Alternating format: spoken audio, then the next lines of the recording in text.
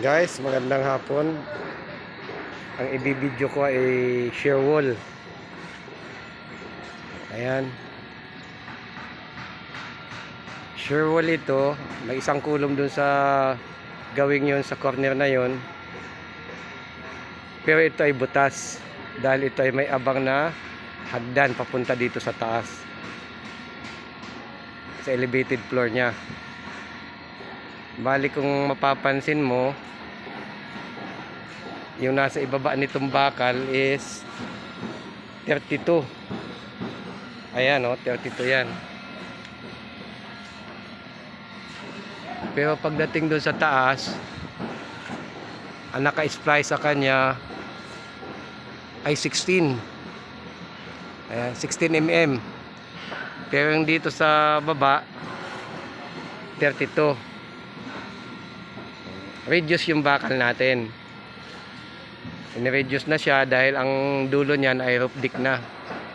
Ayan, kung mapapansin nyo, ayun. Naka-eskwala na yung bakal for termination. Hanggang dyan lang kasi yung buhos. Tapos, yung splice naman niya, ito, galing doon, galing dito, galing sa baba, 140 yan. 110. Galing sa baba. Ang splice naman niya doon, yun yung 140. Yung splice niya, yung 16 mm, naka-splice sa 32. Yung mababang bakal, naka-splice doon sa mahaba na 16 mm. Yung mahabang dawil naman, naka-splice doon sa maiksi na 16. Bali, alternate lang sila. Ganun yung cutting list natin. Yung plano niya, dahil yun ang sinusunod. Kasi lahat naman natin na naka-install na bakal dito, kulo man siya, magpa-shear wall man siya, magpa-biga, lahat po yan ay may cutting list. Dito naman tayo sa side na ito. Ito yung wall nung kabilang side. Kung mapapansin nyo, yung ibang bakal ay wala na siyang splice. Ayan, mga yan. Kasi nga po, terminated na siya. Bali, ang natira ay ito. Naka-spacing naman siya ng 20-20. Ayan. Madami na po diyang patay.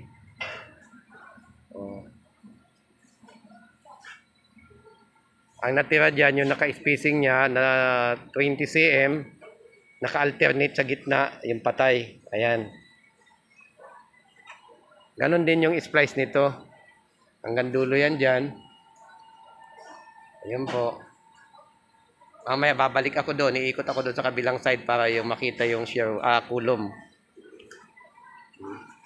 Yung splice nito, ganon din yung sa kabila. Ayan po yung splice niya. Oh. Kaya lang yung splice nito iba. Kasi nga ito ay di 20 lang yan. Ang naka-splice naman ay 16. Hanggang doon. Alternate pa rin siya. Yung top bar 1 niya mababa. Yung top bar 2 niya. Yung bar 1 niya mababa. Yung bar 2 niya mataas. Kaya mahaba maiksi ang naka-splice niya na bakal. Ganon po yung cutting list niyan, yung plano. So, ayan, kung papansin nyo, butas. Kasi po yan, may hagdan yan. May nakaabang na din dyan na dawil. Chichipingin na lang siya para lumabas. Para doon sa landing. At saka yung riser natin sa hagdanan.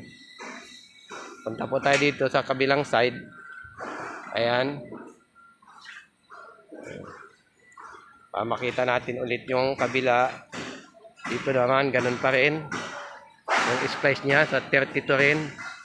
At saka yung 6-20. Ayan naman po. Dito naman sa kabilang side na to, yung malapit dito, nakadikit dito, connecting dito sa kulom. Ayan. 32 rin po yun dito, kabilang side nito na wall. 32, ang naka-splice naman po dyan ay di 20. Ayan. Ayan kung napapansin nyo. Yung bar 1 din niya, mababa. Yung bar 2 niya, Medyo mataas, maiksing bakal ang nakabit. Dito naman mahaba sa baruan. Kasi yan po yung cutting list niya sinusunod. Ito naman yung kulom niya. Itong kanto niya, may kulom siyang isa. Ayan. Continuous po yung laki ng bakal sa hanggang sa taas. May splice po rin yan. Meron din siyang splice. Ayun. Sa taas. Ang splice niya ay 140 yung haba. Ayan. Ayan po yung splice. Punta doon. Ganon din po yung bakal niya. Termination na din siya. Kaya naka-espala na yung bakal sa dulo. Naka-terminate na po yan. Terminated na. Ikutan ko siya para makita yung kabilang side.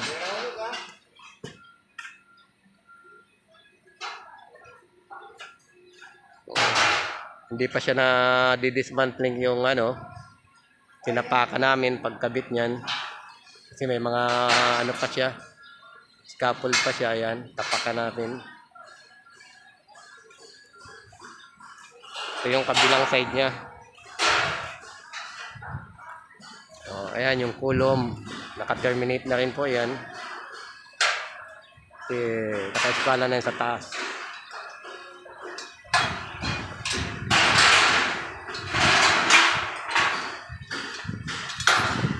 Kabilang side. Ayan, naka-terminate na rin yung bakal sa kabila. Pansin nyo, meron pa siyang scaffolding. Bago yan ah. So, bayan, nagtatry tayo vlog.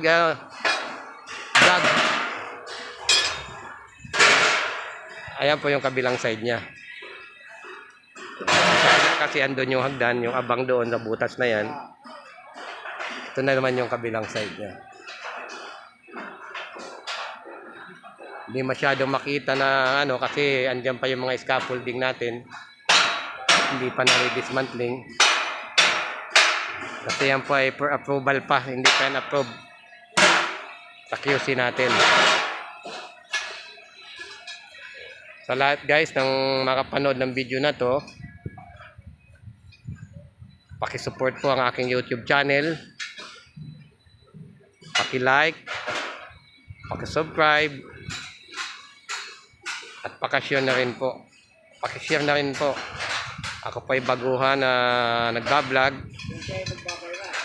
Nag-uumpisa sa maliit. Tumagal-tagal. Baka makilala po tayo.